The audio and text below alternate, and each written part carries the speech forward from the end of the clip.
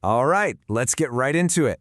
A massive review has just been released that could totally reshape what millions of students in England learn, everything from how to budget for a mortgage to what they do after they turn 16. So what's really changing in the classroom? The entire review really hangs on this one powerful statement. The expert panel said that even though England's schools do pretty well on the world stage, the system is, fundamentally, failing to deliver for every single student. And that's the core problem they're trying to fix. Which, of course, leads us to the big question, right? If the system is broken for some, what's the plan to fix it? Well, the review lays out a pretty detailed roadmap for change, and that's exactly what we're going to walk through. Now, what's so interesting here is the approach they're taking.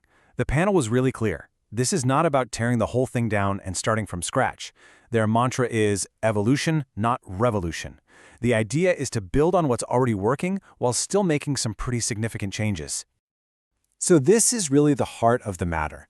The biggest problem the review found wasn't a lack of knowledge in the curriculum itself. It was this massive, persistent gap in who actually gets to succeed. And when you look at the numbers, well, they're pretty stark. There's this stubborn, unmoving gap in achievement between disadvantaged students and their classmates. And it's the same story for students with special educational needs and disabilities, or SEND, who consistently make less progress. And look, this chart right here, it just lays it all out. This shows the results for the English Baccalaureate, or EBAC. That's a specific group of core academic subjects like English, maths, and science. And you can see, not only is there a big gap, but the review found it has actually gotten wider for disadvantaged students. So, why is this happening? Well, the review basically lays the blame on a few key things. First, that EBAC measure, which really pushes a specific set of academic subjects, is seen as way too rigid. It squeezes out things like the arts and vocational options. On top of that, a lot of subjects are just so jam-packed with content that students don't have time for a really deep understanding. And finally, if A-levels aren't for you, the path forward after age 16 is, frankly, a bit of a confusing mess.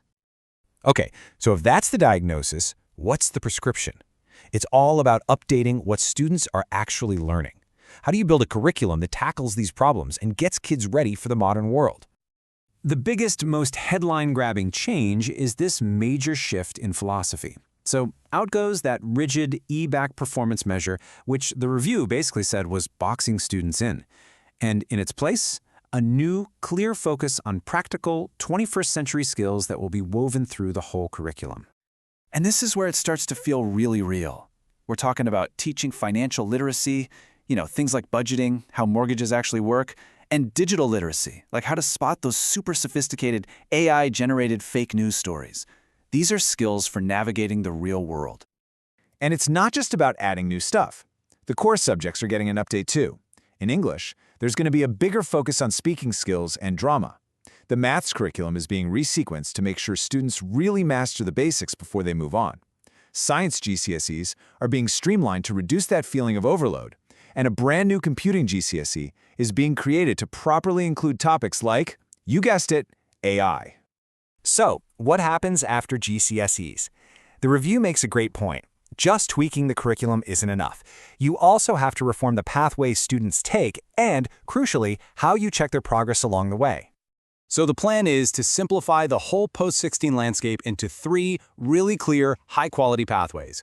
You'll have your traditional academic A-levels, the technical T-levels, and a brand new option, V-levels. Okay, so what are these V-levels? Well, they're designed as a new vocational pathway for students who feel like A-levels or T-levels just aren't the right fit. The game changer here is how flexible they are. You can combine them with other courses, and they're directly linked to the skills we need in key parts of the economy, like clean energy and the creative industries. The review also wants to add a new check-in point earlier in secondary school. The whole idea is to introduce new tests in Year 8 specifically to spot any learning gaps way before students get to their crucial GCSE years. But, and this is a really important but, there's a difference between what the experts wanted and what's actually happening. The panel recommended diagnostic tests in both maths and English. The government, though, has said it's only pushing ahead with compulsory reading tests for now. Their argument is that if a student struggles to read, they often fall behind in everything else. And for any teachers and parents listening who hear new tests and get a bit worried, the review is crystal clear on this. This data is absolutely not for creating new school league tables. It's meant to be a tool, pure and simple, for teachers to help them find and support students who need that extra bit of help. All right, so we've got the diagnosis and the prescription, but how and when does all this actually happen? Let's get into the practical side of things, the timeline, the cost, and of course, the controversy that comes with any big change. The government has laid out a pretty clear, if ambitious, timeline. A draft curriculum will be shared for feedback in 2026. Then, the final, revised version gets published in the spring of 2027. That gives schools about 4 terms to get ready before the first teaching of the new stuff begins in September 2028. But, as you can probably guess, not everyone is a fan of these plans. Far from it.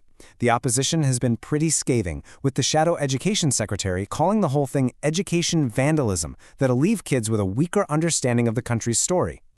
And what's really interesting is that the criticism isn't just coming from across the aisle. A former conservative schools minister, Nick Gibb, has warned that getting rid of the EBAC will cause a precipitous decline in language learning, basically pushing it into the domain of private schools. So you've got the politicians arguing, but back in the real world, head teachers are asking some really practical, tough questions. Like, will schools get the extra funding and resources to actually deliver all this? Is there a plan to train and support teachers? And of course, the billion-dollar question, will any of this actually work to close that stubborn equity gap? And that really brings us to the bottom line, doesn't it? The review is aiming for evolution, not revolution. But in a world of tight school budgets, teacher shortages, and a really fierce political debate, will this evolution be enough to finally deliver on that promise of a world-class education for every single student?